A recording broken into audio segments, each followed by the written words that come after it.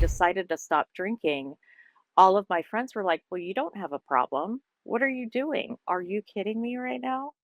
Really? I averaged out what my bar tab was, and I looked and I was like, "Oh my gosh, $40,000 been putting poison into your body for 40 years. Drink, blackout, not remember the night before, wonder what you did, waiting for somebody to text. It is like holding your breath Mhm. underwater, and you can't do that for very long."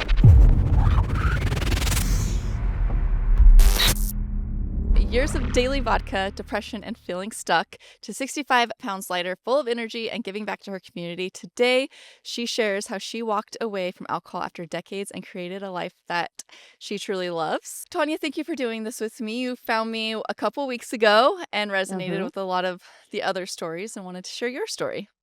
Absolutely. I'm happy to be here. Yeah, I'm happy to have you. Mhm. So you retired in 2017, and that's when your drinking escalated.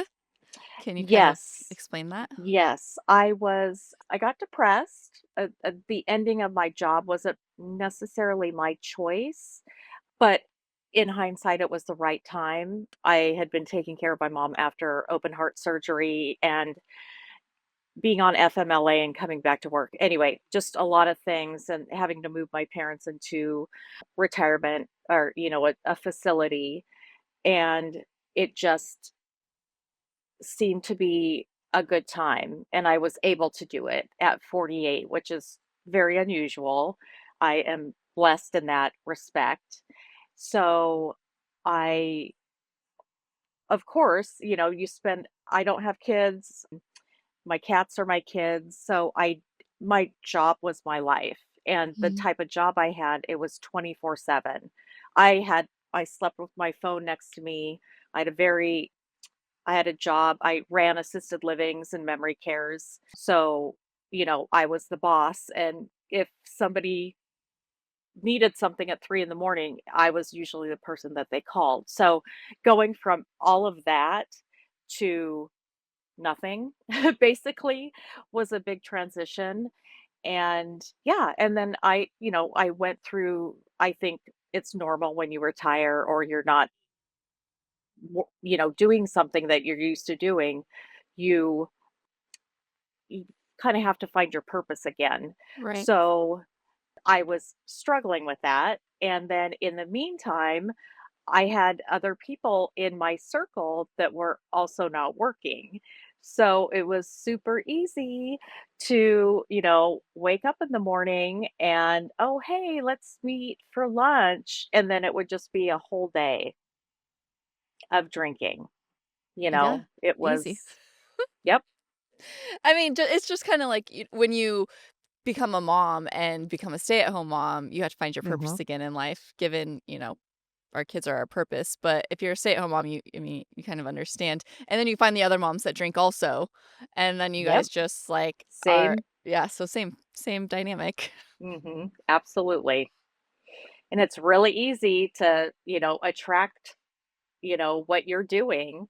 And Hmm. I even think about that as that most of my friends are, at the time, were big drinkers. So it was easy. Yeah. I actually was the one that seemed to be the most or the least drunk, if you will, the most responsible, Most which, responsible. woohoo, yeah, badge of honor, I guess. Yeah.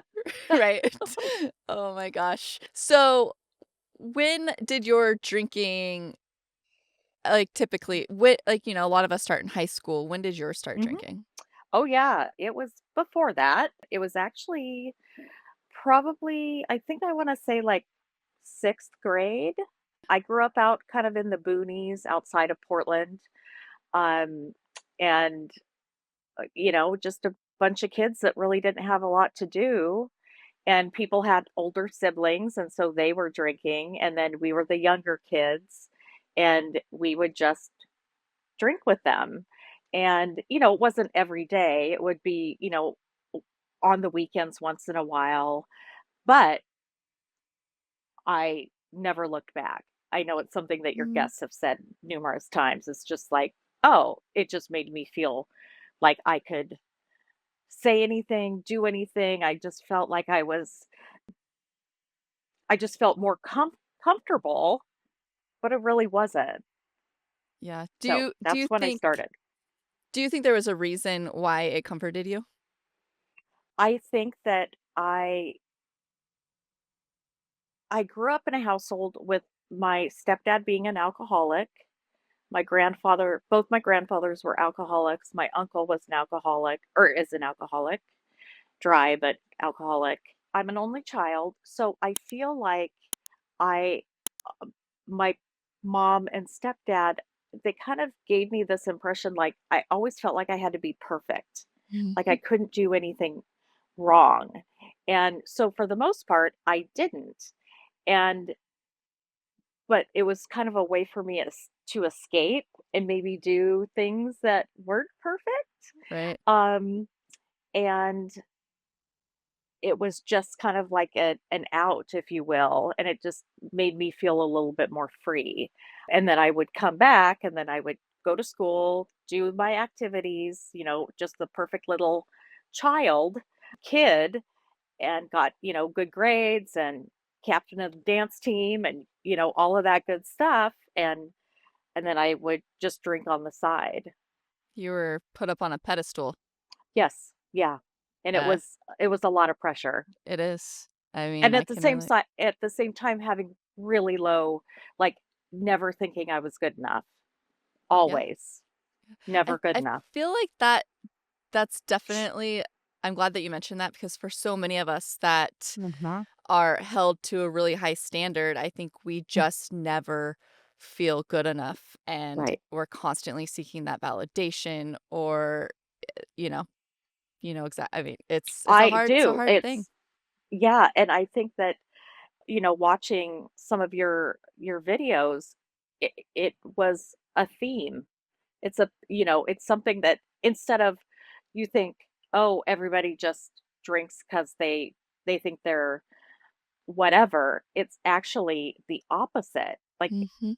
there's so much pressure, or we feel the pressure or the expectation from other people, and a lot of it's self-inflicted. Like, I wanted to be, the golden child, or I wanted people to like me, and I wanted my parents to think that, you know, were proud of me.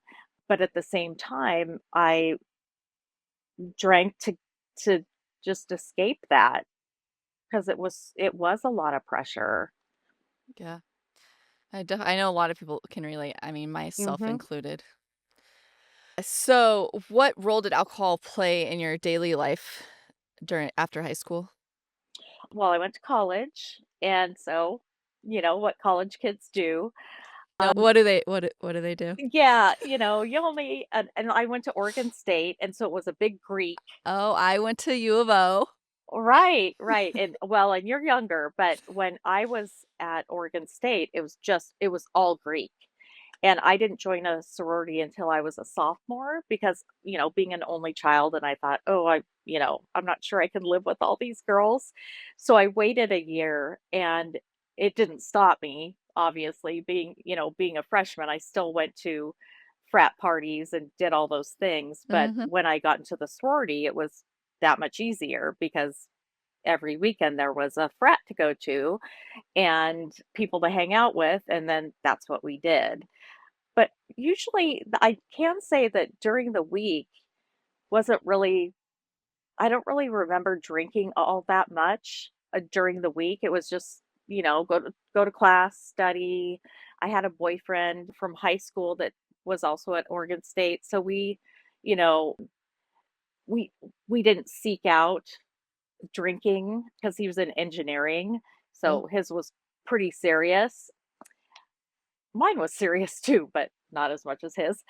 And it was just yeah, it was mostly weekends, but it was like the binge drinking, like, you just went for mhm. it.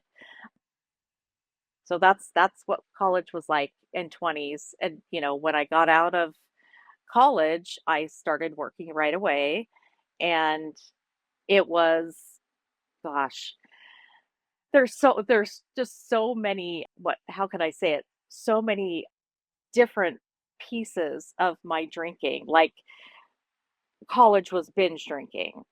When I was in my 20s and 30s, it was happy hours and, coworkers and wine tasting on the weekends Mhm. and it was just there was always an excuse going to somebody's house for game night and barbecues and it was just all, so it could be Monday or it could be Saturday and it didn't matter. You just drank.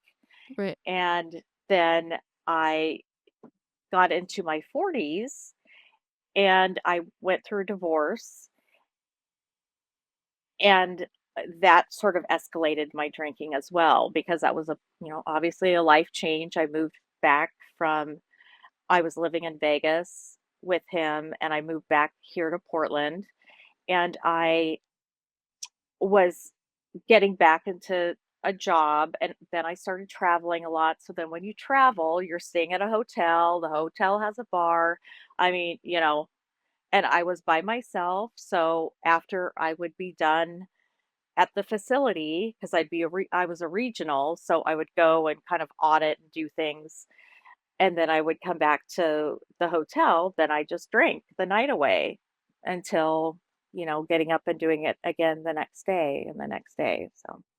I wanted to touch on the binge drinking because I feel like Uh-huh. there's a lot of I mean, I've had many comments, people are like, "Girl, you didn't have a problem." I was like, "Okay, just because I didn't drink like you daily, binge drinking is actually like the statistics show that binge drinking is actually worse than Worse. those Mhm. that daily drink, and, if you Absolutely. daily drink plus binge, I Mhm. mean, I think that's a problem. Right. There was a pretty high statistic that binge drinking actually leads to more health complications. Yes. Yes, I've read that as well. So I've done a little bit of both. I mean, and then I would say even daily drinking became binging because I drank so much on Mhm. the daily. So there just been so many different sections and some of them weave together. Again, not drinking every day and binging on the weekends and then drinking every day and then binging depending on what was happening that particular day or what event that was. Yeah. Yeah, so all of them. I feel like I've done all of it. And then I was just gonna say, my friends, when I decided to stop drinking, I hope I'm not jumping ahead, but when I decided to stop drinking, all of my friends were like, "Well, you don't have a problem. What are you doing?" And I was like, "Are you kidding me right now? Really? You s you hang out with me at the bar. How many vodka drinks do I have?" "Well, you're fine, but you never seem drunk." I'm like, "Because you're drunk, you're drunk. Right? So, how can you say anything about me? You don't even know." Um, yeah, I guess I seem less drunk, but I'm just as drunk as the next person, and I just feel like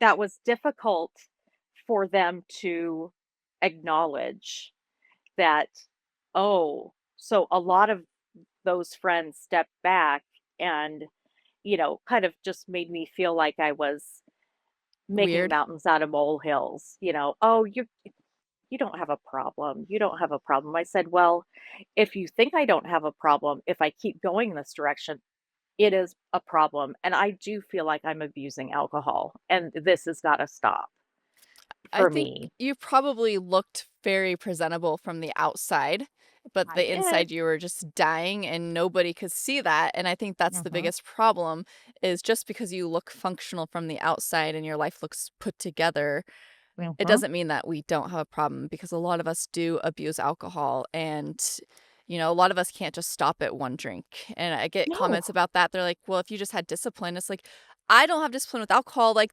obese people don't have discipline with food. I mean, that is that's the correlation with food and alcohol. Like some don't have Mhm. discipline with food. I don't have discipline with alcohol, but I do have discipline with food.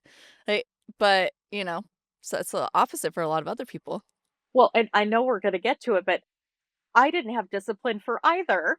So, I definitely, and because of my family history, I clearly have a addictive personality. I've never been diagnosed or anything, but I diagnose myself. If I overeat, um, drink too much, whatever the case may be, I would exercise too much. I would, everything was to excess. So I knew that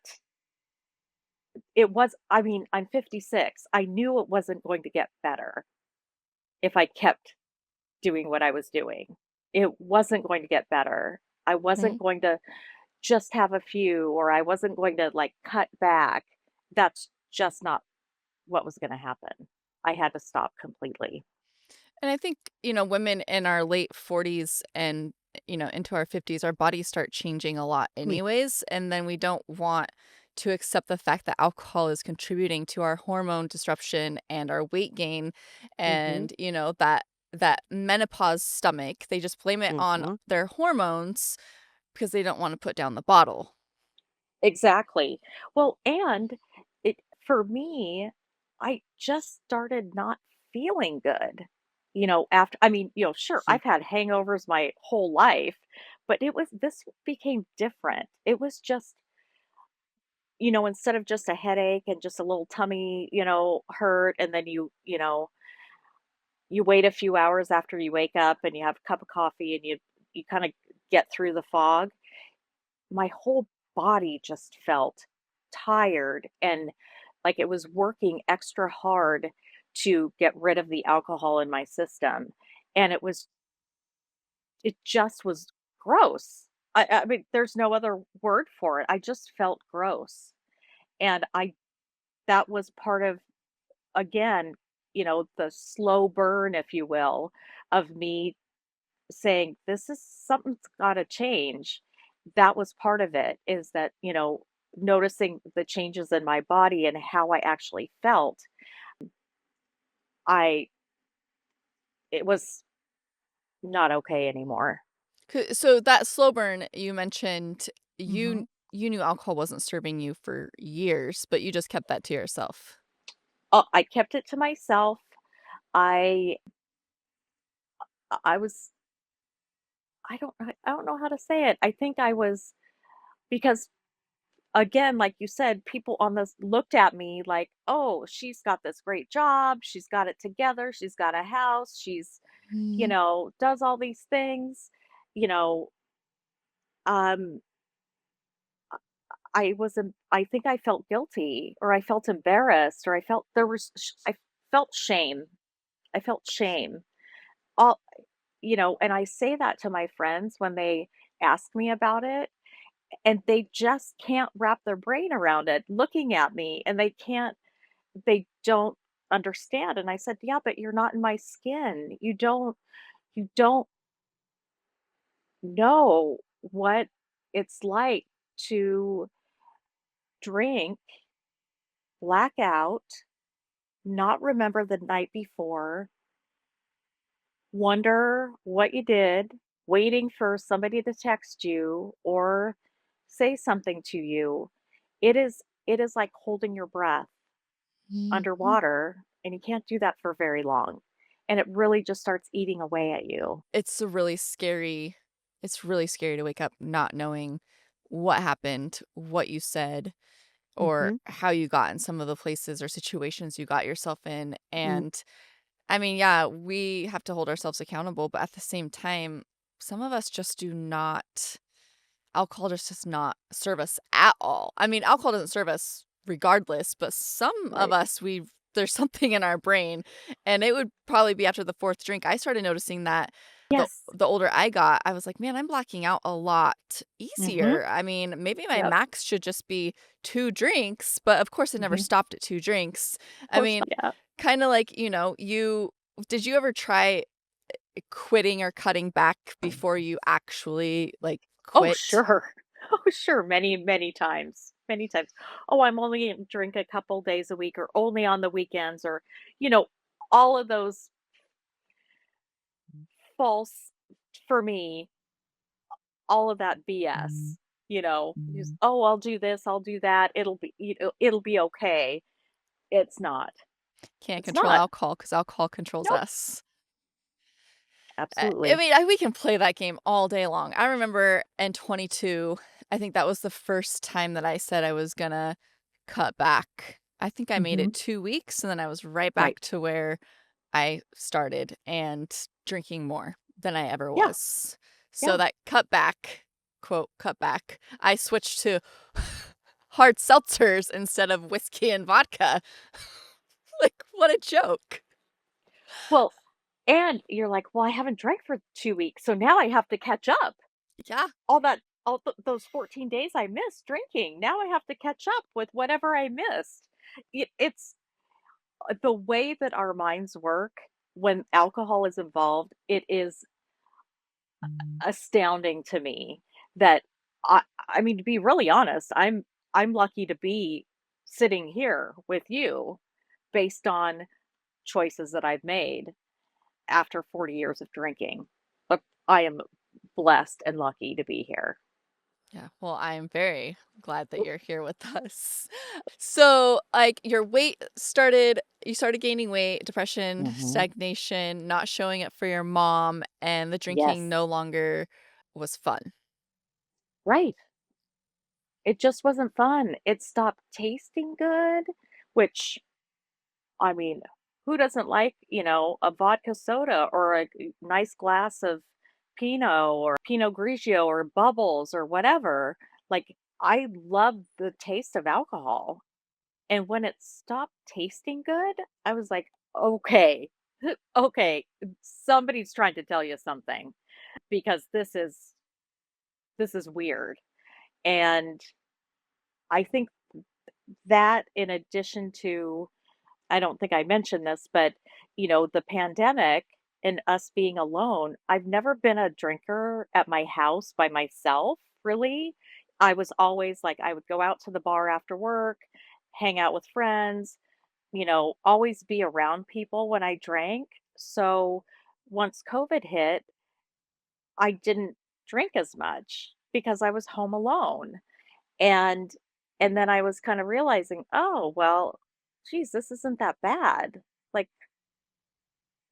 why do I need this all the time?" So like I said, kind of a slow burn, but it took, another year, it from March 2020 to March 2021 when I stopped for me to actually quit. I wanted to go back on the vodka Oh, soda sure. thing. The Mhm.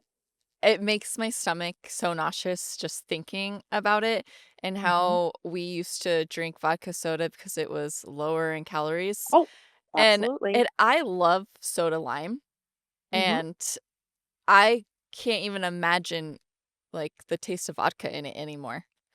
I mean, it just sounds so disgusting. Mhm. All of it Yeah, is just, I mean, like, my brain has finally said, "You have been putting poison into your body for 40 years." And again, I am so lucky that I am healthy and that I don't have the types of problems that a lot of people who abuse alcohol have. So, this is again, it's a sign that stopping and really taking stock in, now I can make the rest of my time on this earth worthwhile without alcohol. so you quit March 25th, 21. Yes. So you didn't have a one dramatic rock bottom, just a tipping point of reasons. Just like I said, yeah, I just I honestly don't know what it was, but I went the this is the funny story though, is that I went to get my first COVID shot with a girlfriend, a neighbor friend. We're wearing our masks and we're going into the convention center, the big old line. And um, get my shot, and then we went and had lunch afterwards. And we went to Mexican food, and I ordered a Negra Modelo, and I looked at my friend Kathy and I said, "This is gonna be my last drink." And she was like, "Huh?" And I said, "This is my last drink." She said, "Forever?" And I said, "I think so." Wow. That And gives me I haven't goosebumps. Yeah, and I haven't touched it since. And now that it's giving you goosebumps, it's giving me goosebumps. Like, I now I'm gonna cry, but I I just knew that I it was the right time. You know, COVID, I don't know if I'm supposed to say that word. That it was scary. It was a very scary time getting that vaccine and then thinking, what else is going to happen in this on this earth? I want to be as clear-headed as humanly possible to make it through however long this thing lasts, and I want to be present. Yeah. So, Wow. I think some of us just know. We mhm, literally just know when that's our last drink. I mhm. mean, I didn't know, but along the way, I was like, "I don't ever wanna drink again." And I would have Yeah. friends message me back when I had Facebook and ask, "Are you really done drinking?" I was Mhm. like, "Well, I mean, I don't see myself ever drinking again." I at that time, I was, like, around 50 days. I was still like, "I'm pretty sure I'm never drinking again," but, I didn't Mhm. know where this journey would take me, and Right. now I can really solidly say I never want to drink again. It doesn't serve Yes. any purpose, and then playing that tape forward constantly and everything that I've done to myself and my family and everybody around Mhm. me and, what I've seen it do. I mean, it's been done to me from because of alcohol, like, Yep. All of them. it's a disgusting. Let me just take this poison and Mhm. pour it in your cup and take a shot of it. Yeah. And then let's see what you do. Yeah, Let's see how you behave. What kind of horrible choices you're going to make, or who you're going to hurt, or how you're going to hurt yourself. yeah. It's I, I don't there aren't words. Now that we don't drink and we are clear-headed, it's so hard to describe to my friends that still drink Yeah. how amazing it is to not drink. Like, I You don't tell have them, to drink. "You don't." I mean, I'm still the same person that I was. I'm just sober. Yeah. That's it. I didn't become a boring, crazy cat lady. I'm a, you know, I'm a fun, vibrant human being that actually is a better person because I'm sober. We're probably better to be around now that we're sober because we're not worrying about just getting that blackout drunk. Well, yeah, absolutely. And then people don't have to worry about me Yeah. doing whatever. Well, that's just your wife again. Yeah. Jeez Louise. Yes. Yeah. And that's It's okay, Megan, she'll just pass out at the table. No big deal. We'll just let her be. yeah. Just put a napkin over her head. It's so embarrassing. So, what were some of the things that helped you once you said that out loud? I think also I just wanna emphasize Mhm. how important it is to say it out loud when you're done Mhm. drinking. Yes. "I'm done drinking. I don't wanna drink anymore. This is my last drink." Mhm. I think if we keep it in and bottled in, it's not gonna serve us. It's not gonna help No. us because we're not getting it Mhm. out to the world or just, your wife or best friend or husband or whatever, you Mhm. have to verbalize it. "I don't want to drink anymore. Please, Right. please help me." Yes. Y Yeah, and for me, besides my mom, I can't really think of anybody that I know that didn't drink. My mom Yeah. was the only one that didn't drink in my life. Oh, well, So I get this one. I get this one. Well, it's probably a good thing that you quit drinking. I mean, we don't have a problem like you did. But mhm. you're still drinking. Hello. Right, right. Or when I first stopped drinking and again, it was during the pandemic. So once we were kind of getting out and seeing each other again and I wasn't drinking, people would always say, they always said something like, "Oh yeah, I'm trying to cut back too." That one too is a "Oh good yeah, one. mhm. I don't drink that Yeah, much yeah." anymore. I just drink a glass of wine every Here and night. there. Yeah, it's no big deal. Yeah. So kind of justifying their own Yeah. drinking because I'm Yep. not, so that they don't look like alcoholics or like Yeah. abusers of alcohol. Um, yeah, that always cracked me up. It's It's kind of like, annoying. oh, It's it's so actually annoying. I mean, because it happens to me all the time. Obviously, everybody knows in my circle that I am in this space. So, I hear the justifications all the time. Or, "Well, I mean, I only have a drink now and then." It's like, "But every time I see you, you're drinking." Right. And you're drinking more than one. Yeah. By the time, and I don't know about you, but when I'm in those types of situations, um, I I I do it selectively, choose where I'm gonna go, knowing especially knowing if it's going to be, an alcohol-fueled sort of event. I come early and I leave early, because as soon as everybody starts getting into that Ford whatever drink mode, and depending on which friend it is or which acquaintance it is, I Mhm. just have to tap out because Same. it's just hard for me to see them do that. Knowing what you Because know now. knowing what I know now, Mhm. and I just want to shake them and say, you don't have to do this. It really, I get it. I have social anxiety. That was my way of dealing with my social anxiety, was drinking. And now I just have to be, like I said, selective about my events. I know my limitations and my boundaries, and I leave when I need to leave. And 9 times out of 10, I'm still having a good time. I have to have some self-preservation. Yeah. And it's not that I'm gonna drink, it's just that I don't like to be around people that become something different or act a fool. I Mm. just don't wanna see it.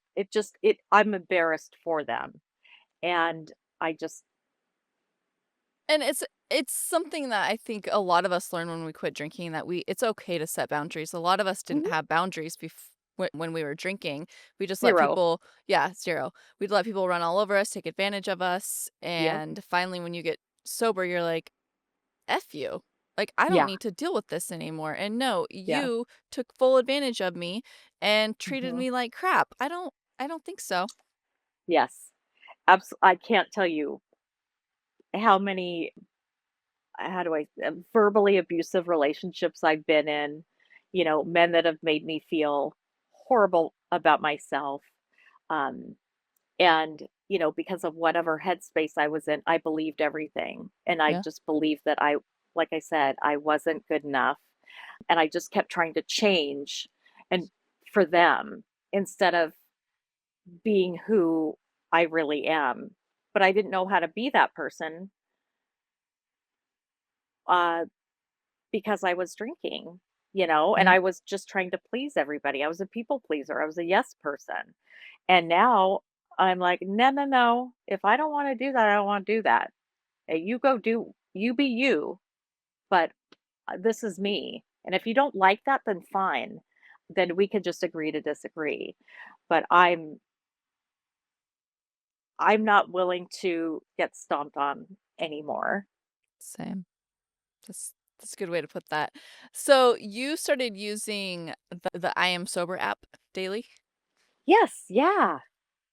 Was that I day love 1? it. What did day 1 look like for you? Like, the day Day after that 1, I'm not sure if I found it right on day 1. I think it was within a week because I really wanted to sort of track what was happening. I wanted to know, and I found I Am Sober app, and it not only tracked the days, it tracked how much time, because you put in, like, how much time do you drink per day? Like, are you at the bar for 4 hours, 6 hours, 8 hours, whatever it is? And then approximately how much you spend per day on your alcohol, and plugged all those things in. And I just looked at my app yesterday and I was 1,600 days sober. Oh, congrats. I have, yeah, I have saved $40,000. Okay, so people comment about they think that it's unbelievable. I'm like, "Okay, if you're spending 3 to 500 bucks every weekend, that Hmm. adds up over a chunk of time." And, Yeah. being 4 years sober, I could imagine you've definitely saved over $40,000. Well, yeah, because I think I plugged in, because my drinking was out. So it wasn't like if I would have been drinking at home, of course, it would probably be less money because it's cheaper, but I always was out at the bar, so I included that's what I based my number on was my bar tab, my kind of average bar tab per day, Yeah. and it was, I think, somewhere between 25 and $30, and I went to a dive bar, so our drinks were cheap, you The know? well drinks. The well vodkas were cheap, on Uh, a good day, I would have a Monopolova, that was when I was getting fancy, and a what's a lot of the bar. Monopolova? Oh, it's a potato vodka. Oh, Yeah, it's kinda like a Chopin or a, you know, Tito's, which is the corn or okay. whatever. So, I was thinking I was all fancy with that, so I averaged out what my bar tab was, and I looked and I was like, "Oh my gosh, $40,000." And I tell my friends, and they absolutely think that I'm embellishing.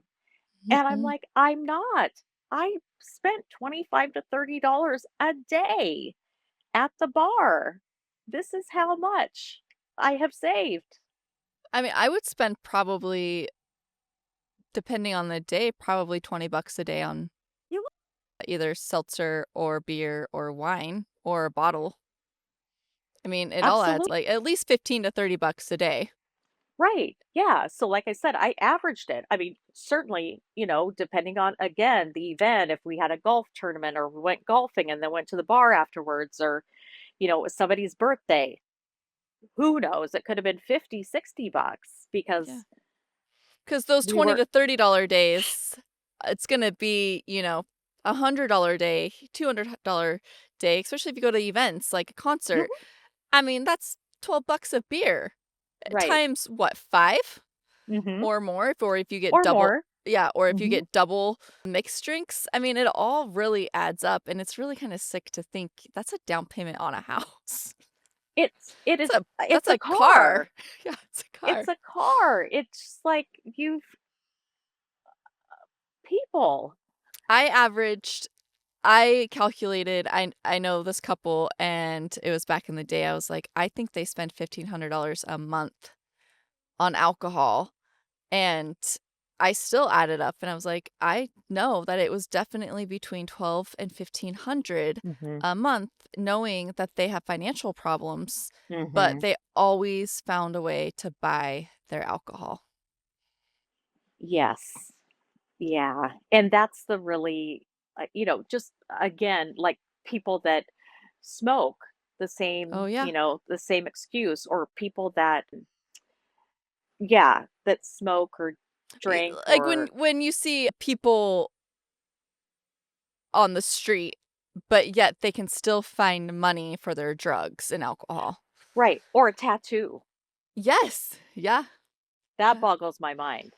So Yep. you couldn't pay your electric bill, but you went and just got your tattoo for 300 bucks. Oh my gosh. Or Yeah. I love seeing people, uh, and I will never name drop, but I see people that are acquaintances, and I'm like, "You just got your nails done, but you were literally Right. just complaining that you can't pay your bills, and Right. you just got back from Vegas and also just got your nails done, but you're broadcasting to the world that you can't pay your rent."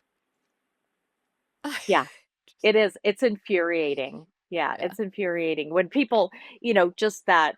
hypocritical stuff. And I think that that happens a lot with alcohol is Yeah. that we just become, we're robbing Peter to pay Paul, making excuses for why we did what we did or why we acted the way that we acted. And then, or you just kind of sweep it under the rug like, oh, maybe everybody will forget, or maybe everybody was too drunk that they don't remember how silly I looked or what I said or whatever. You just cross your fingers like, "Oh my gosh." Yeah, exactly. So, the day after you decided to quit drinking, what did that day look like for you? I mean, because if you're used to having, drinks every single day, what did that Mhm. first couple weeks look like for you? It's kind of a blur, but I never felt I just think I was so ready that I didn't ever question it. I never have questioned my decision, which Yeah. sort of surprises me about, I am so firm and I was so sure that this was the right thing for me to do, and I have never wavered from that. And so it to be it's just been so easy. And I it's probably kind of not cool to say, but it has been easy for me to not drink alcohol. It has not been easy for me to be around people that are drinking. That sometimes does um get to me, and I don't have FOMO at all. I actually have the joy of missing out when it comes to that. Yes. Yeah, I read that in a book somewhere. I was like, "Joy of missing out." That is the Mhm. word, or JOMO. Yes. You are thriving in life now. You're living in your grandmother's Oh, it's the 100-year-old best. Portland Yep. home, and you volunteer, you care for families, you work on home projects, and along the way, you've lost 65 pounds. I have. I've lost 65 pounds in the last since June of last year, and Mhm. I did that with the help of the GLP-1, the compounded semaglutide. Um, I started it, and I again, kinda like with alcohol, I've just never looked back.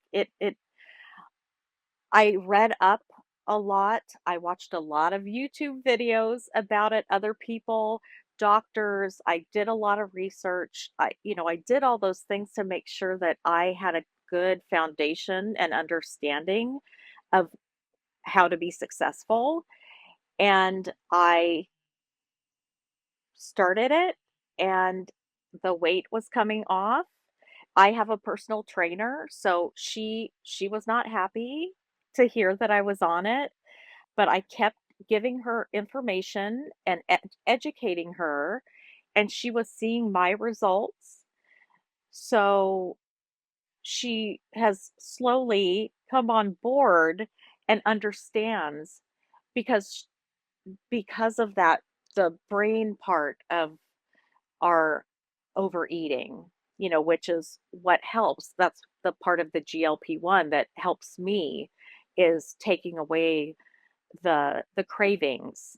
The food Um, noise that the you food mentioned. noise, that's just it really is. That's the buzzword and that's the cool word to say, but it's really true. It takes away all of that.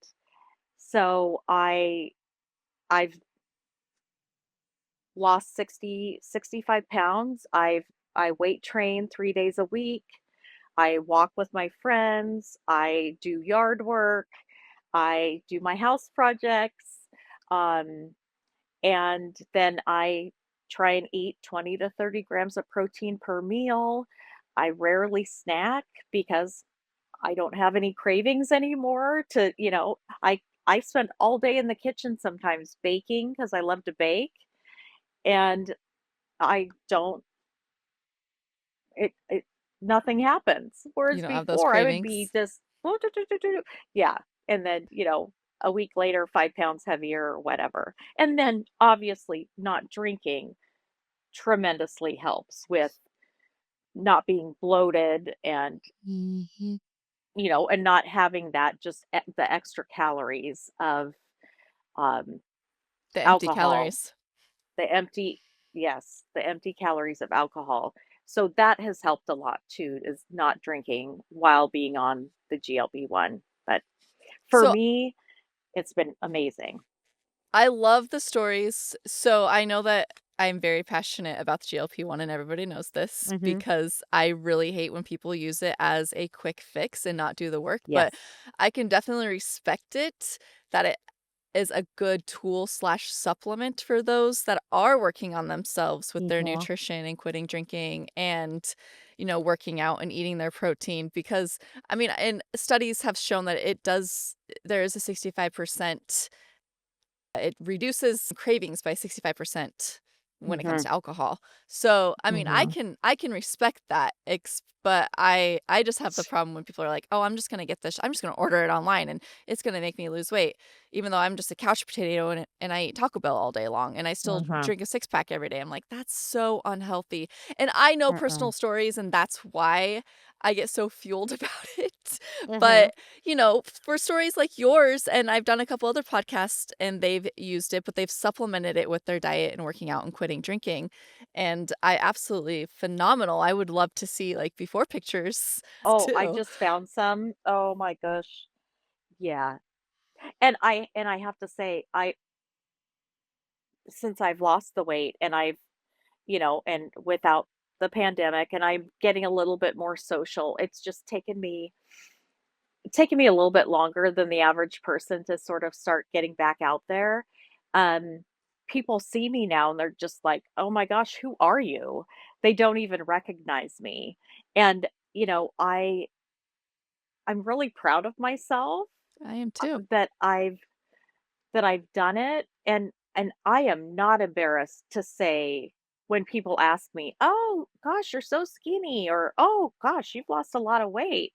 And I always tell them, "Oh, it's the jab." And they're just like, "Huh?" And I was like, "GLP-1, really?" And then, if they want more information, I want to be a resource, and I'm very honest about, if you think that you're just gonna give yourself the shot and you're gonna lose a bunch of weight and still have the same do the same things that you were doing, it's not gonna work. It's Right. just not. And then you're wasting 5 to $1,200 a month for it. Yeah. So I know I was personal training a lady, and she had a friend who was 400 pounds, and they gave her Oh, the mhm, shot. And she's like, Megan, I would go over there and help her clean her house. And we have this place over here. It's like a coffee shop, but it's for soda. She would have mhm. ice cream all over her counters, and she would have those soda 2 cups all over liters. her, yeah, Yep. all over her counters. And she's like, Megan, but she's losing weight. And I was like, "That's not a healthy way to do that.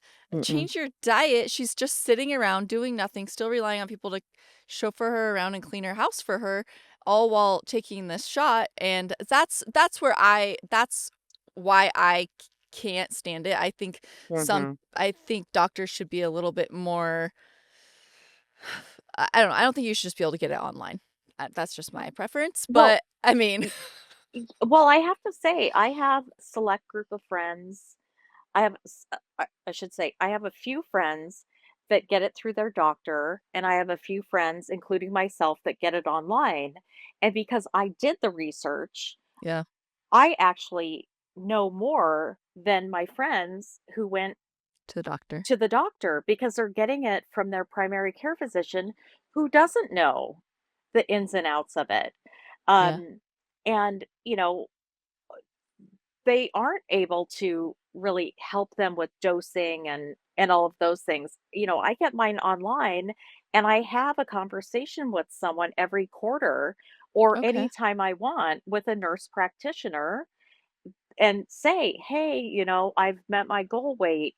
This is what I'm thinking about doing to get into my maintenance mode." And we have those conversations, and I found that my girlfriends that have received it from their doctor has no idea what they're doing. So Yeah. it just depends. It just depends. It's like you get as much out of it as you put into it.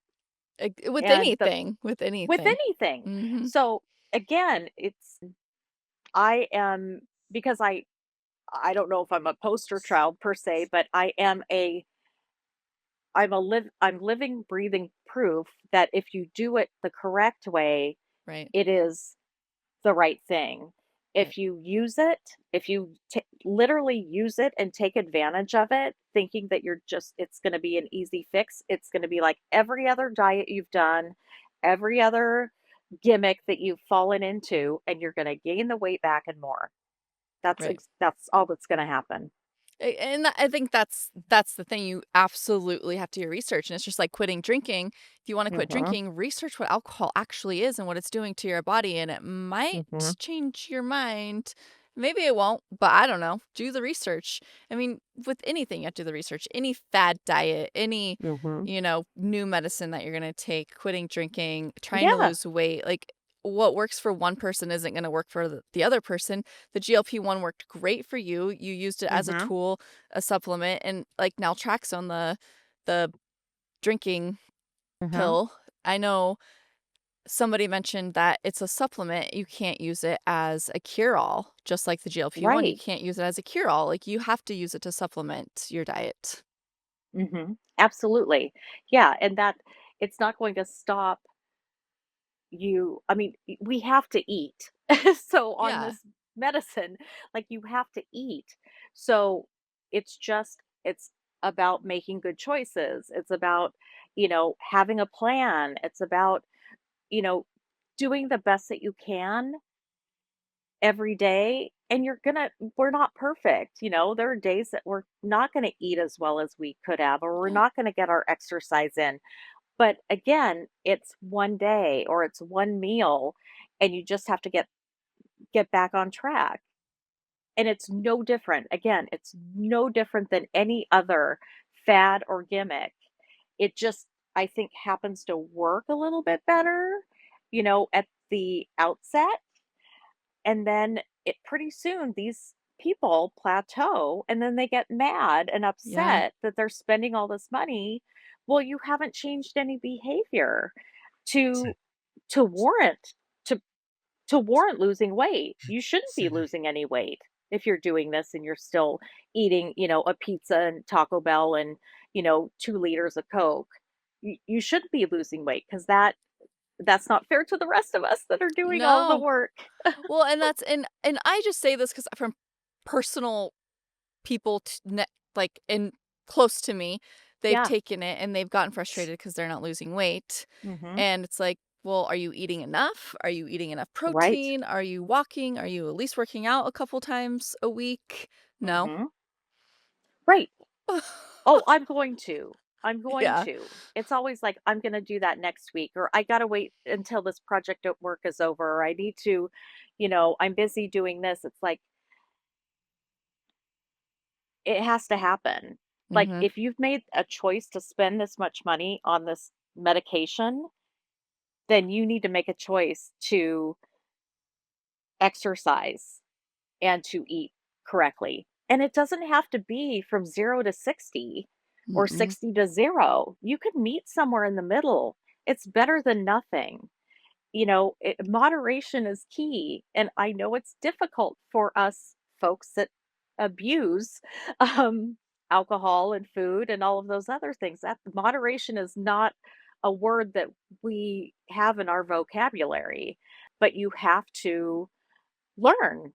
You Mhm. just have to be able to, like, step away from it and say no sometimes, and Yeah. not justify everything that you're doing and then say, "Well, I'm taking this medicine, so it's okay if I do this." And then you say it over and over and over and over Yeah. again. I mean, and but that's I back when I was on Instagram, there was a fitness coach, and she would advertise the shot Mhm. and be like, "Well, I can still drink and eat what I want, and I'm still losing weight." Mm, I was like, "That's mm-mm, no, this is why I have such a bad mm. like, it's not my favorite thing, but for Yeah. people like you that, used it properly, Mhm. kudos to And that is absolutely amazing, so proud of you." Right, and I continue. I mean, like, um I don't have a plan to stop taking it because of the research that I've done, and what I've read is that, as soon as you stop taking it, all those cravings come back and regardless of maybe the healthy habits it's something in our brain just clicks back.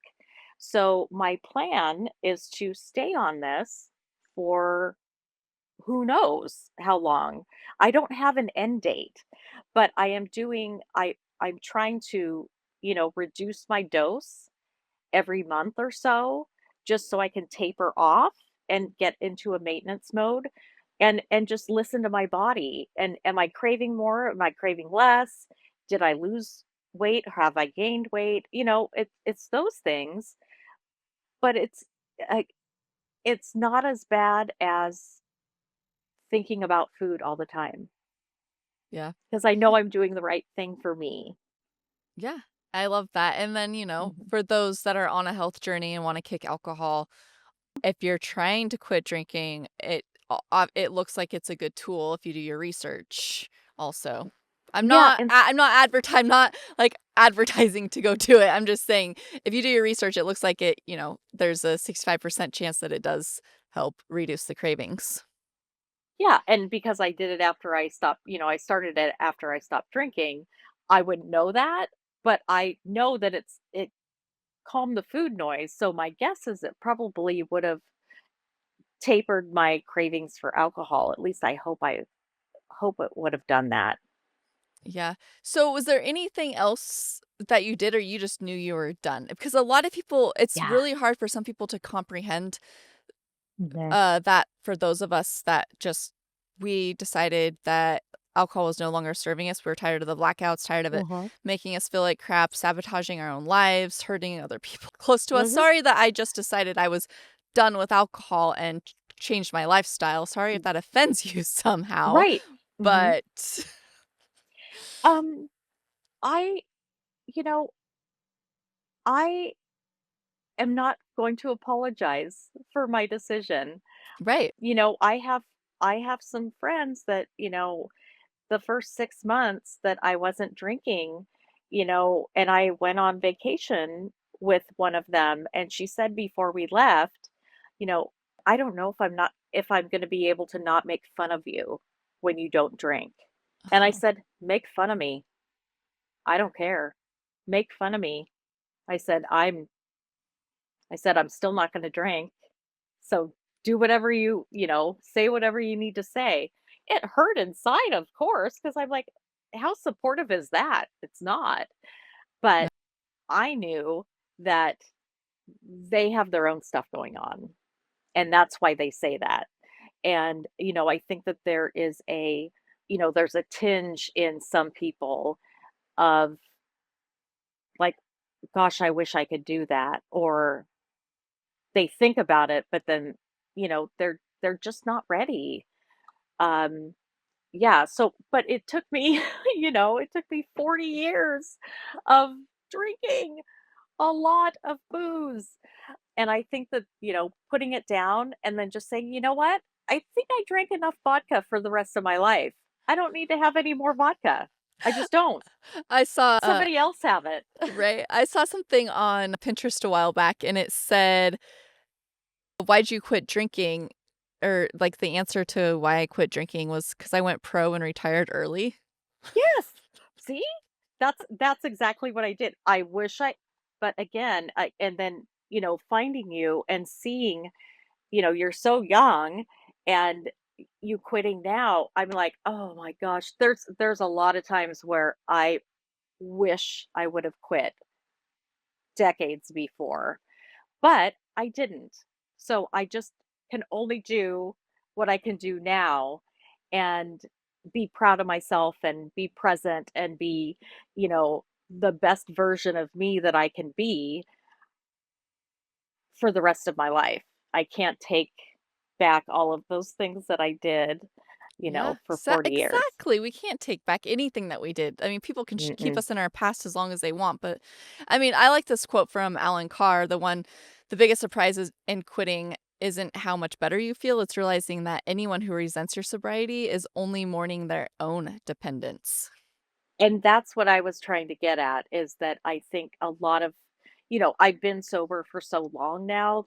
I mean, 4.5 years, but it's a long time Yeah, that my friends just don't even think about it anymore. But it was difficult for probably the first 2 years. They were, I think, waiting, like, "Oh, she's gonna waiting. drink. She's gonna Yeah. drink. She's gonna do it this Yes, time. are She's you sure oh, you want this." Right. Yeah, and then some Yeah. people some people would say, "Well, we're going out to this nice dinner. Don't you wanna have a glass of wine with this excellent meal?" And I said, "No. I don't need a glass of wine. I can enjoy my steak or my whatever it is just fine. True. It doesn't have to be paired with this, beautiful cab or whatever." There's no I scientific proof behind it. Right, right. Yes. Oh my gosh. It I It's like when you go to er, a brewery, it's like, "This beer, it pairs well with this burger, and this this one pairs well with this right. burger." It's like, "What?" I don't know about you, but there's just a part of me I wish that it wasn't such a staple. It's like almost more of alcohol is almost as much of a staple in our lives as food. Right. Yeah. Everything. You cannot watch football without 500 beer commercials or seltzer commercials. You can't, I mean, you can't go anywhere. Mm-mm. And I just wish it wasn't shoved in our face, because I think that I would hope that people wouldn't want it as much. Or, um, I don't know. I guess I'm being Pollyannish about it, but I just think, less is more, out of sight, out of mind. And it just is pushed, and it's too, and people feel peer pressure Yeah. too, What or they encouragement would have you social anxiety. Yeah. Or they Mhm. think that they're just bored without it. It's like, there is a whole freaking you know, what is so like, tell me what's so entertaining about sitting on your couch, watching the news, drinking your alcohol, or just sitting out back staring at the trees with wine in your hand. Why not Mhm. be productive? Like, what's so boring about being able to get in your car and go do something? What's so boring about going for a bike ride or a walk at night or getting Mhm. together with a friend for coffee? Like, what's so boring about being able to live your life outside of alcohol? 'Cause so many people are like, it's boring. I don't know what else to do without it. Go find something to do, get a hobby. Because drinking was my Well, hobby. It's not no more. right. Right. Yeah, it was sort of, when I retired, it became my job. It was my new Yeah. job, was to get to the bar by 11 or 12 and then leave at 6. That was my day. And I got nothing done. I got nothing done at home. And then, I had some responsibilities with my mom or my parents, and I would put them off because I had drank. So I couldn't go, because I didn't want to drive. So I couldn't go and help them. And it was, I mean, all of those types of things. I finally just said, I am not being a good daughter. I need to help my mom after my dad passed away. My mom needs me.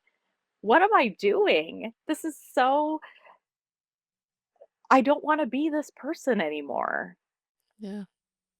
What would you say to those that because I also get the whole generation thing, and, Mhm, well, it's harder for those of us that are older to break our habits. It's like, that's not true. What would you say to those people that are so stuck in their drinking habits and or they defend their alcohol, like, like, they would rather defend their alcohol than be with their family or, they quit talking to their children because alcohol is more important. I don't want this to sound harsh, but you need to talk to somebody. You need to get there's something underlying. that you're not dealing with. Get some therapy, talk to somebody.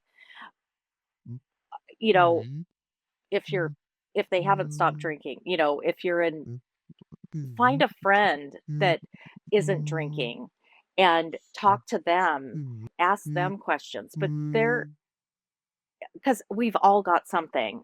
So Mhm. there's at least one, if not 10 million things that somebody is going through and they're masking it and they're trying to forget about it with alcohol. And as we get older, we just have more things that we stuff in there.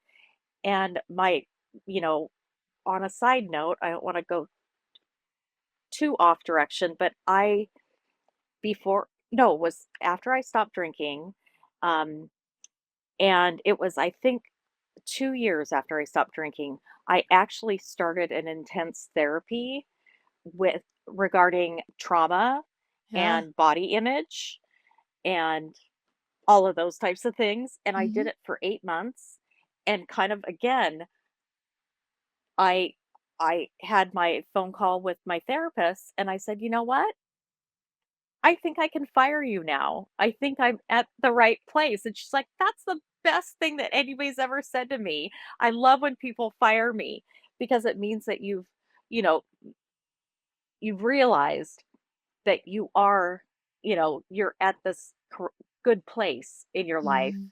and you can manage and you can cope and you have the tools, again, the tools to um, behave and boundaries so that you're not going to allow those things to happen again." So I think with somebody in that's older, and I have a lot of older friends that drink that are in their 60s and 70s, and it's just who they are, is just going to the bar every day or doing whatever. And I look at them and just go, gosh, I wish, you Mhm. know, there's something that you haven't dealt with in your life. Yes. There's or multiple things that you haven't dealt with, and you just have to take the time to really expose yourself and be vulnerable and get through it. And then you might find that alcohol is not your friend. Yeah.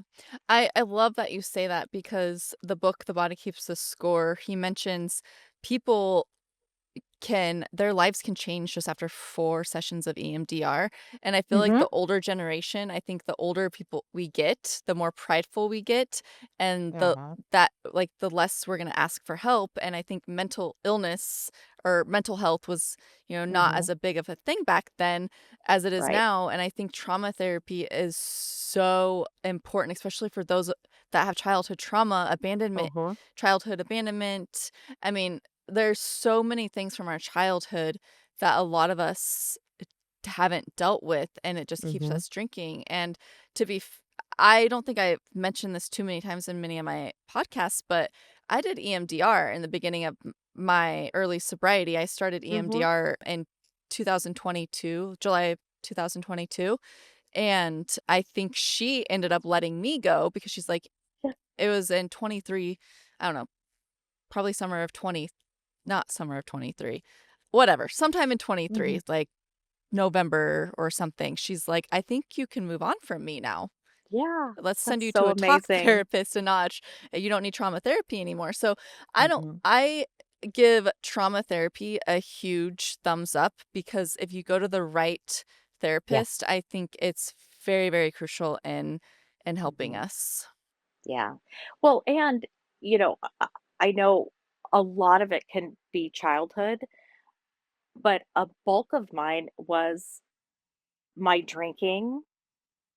It kept coming up when I was talking about trauma. It was the drinking and the behaviors and the men and all of those things that really what I had to get through, Yeah. um, to feel like, "Oh, okay, this is why I did what I did. This is why I drank.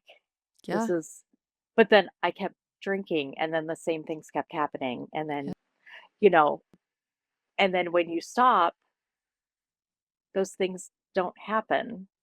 Imagine that one. Imagine that. Huh. But those people that you were part of that part of your drinking, they just wanna keep you there. "Well, Megan did this, Megan did that. Oh, well, Mhm. she was this way. Okay, well, I was. Mhm. Thanks for, remembering for me, but I'm glad I'm not that person anymore." Right. Right.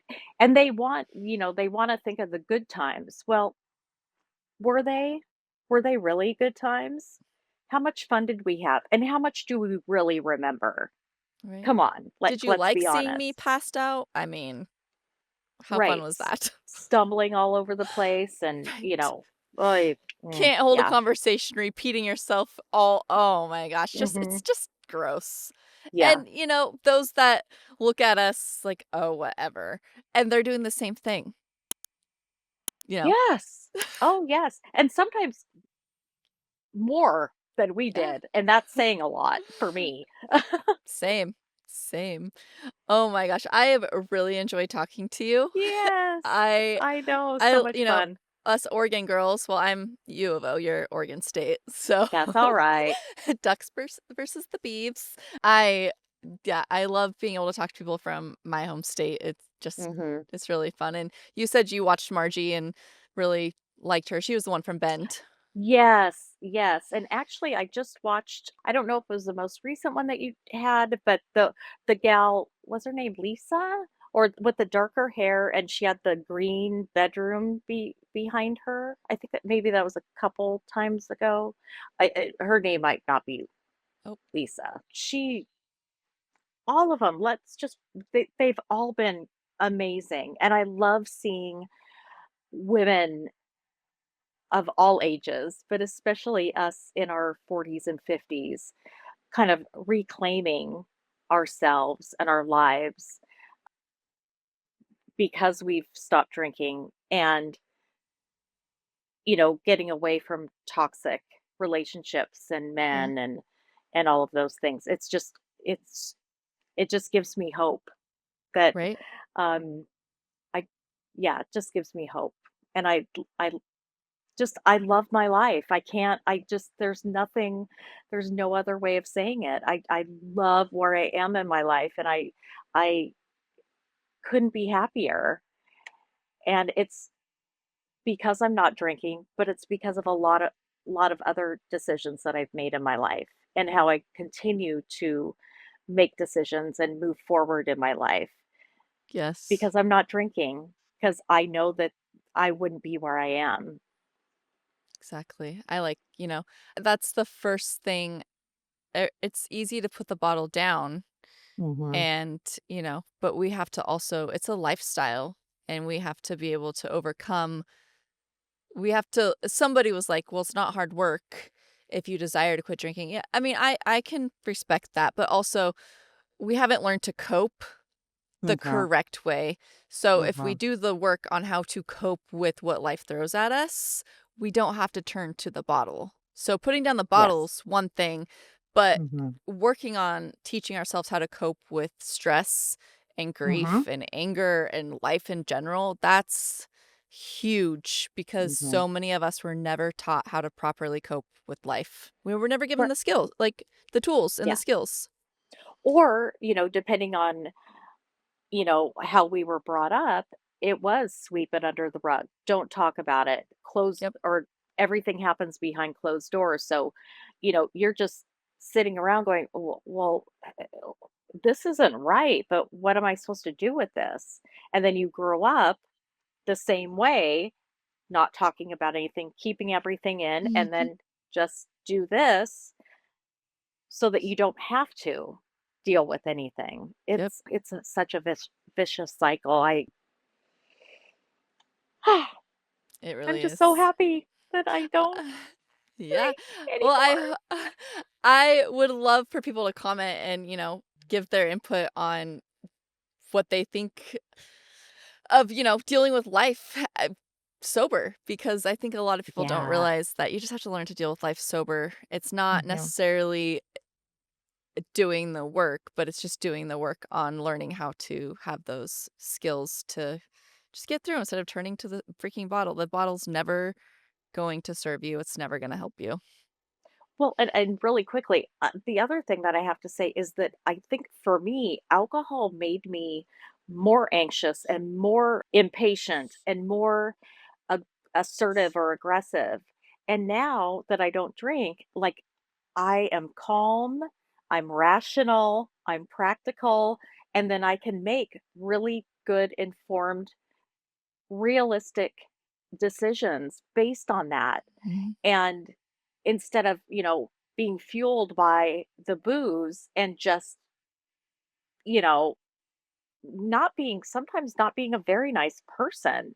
And Me that too. just breaks my heart because I am a nice person, I think. And I think I've said some really awful things in the past. But I think that being sober is just it just it makes your life easier. It doesn't seem like it, but it does. It does. I totally agree. Well, thank you so much for sharing. Yeah. I really Thank truly you. appreciate it. And I, you know, I hope that somebody hears this story and goes, "Oh my Me gosh." too. Like, Me too. I And get it. there yeah, and I don't know if you have people that reach out to, um, Sometimes your guests. people will comment, "Can I get a Mhm. hold of this guest?" So if they wanna get Yes. a hold of you, they can ask for your email and Perfect, perfect, or send them to your Instagram. perfect. That would be great. Yeah, no, yeah, if they have any questions about anything, because I love to chat about, Plus you know, what has been successful for me, and then I like to learn from other people as well.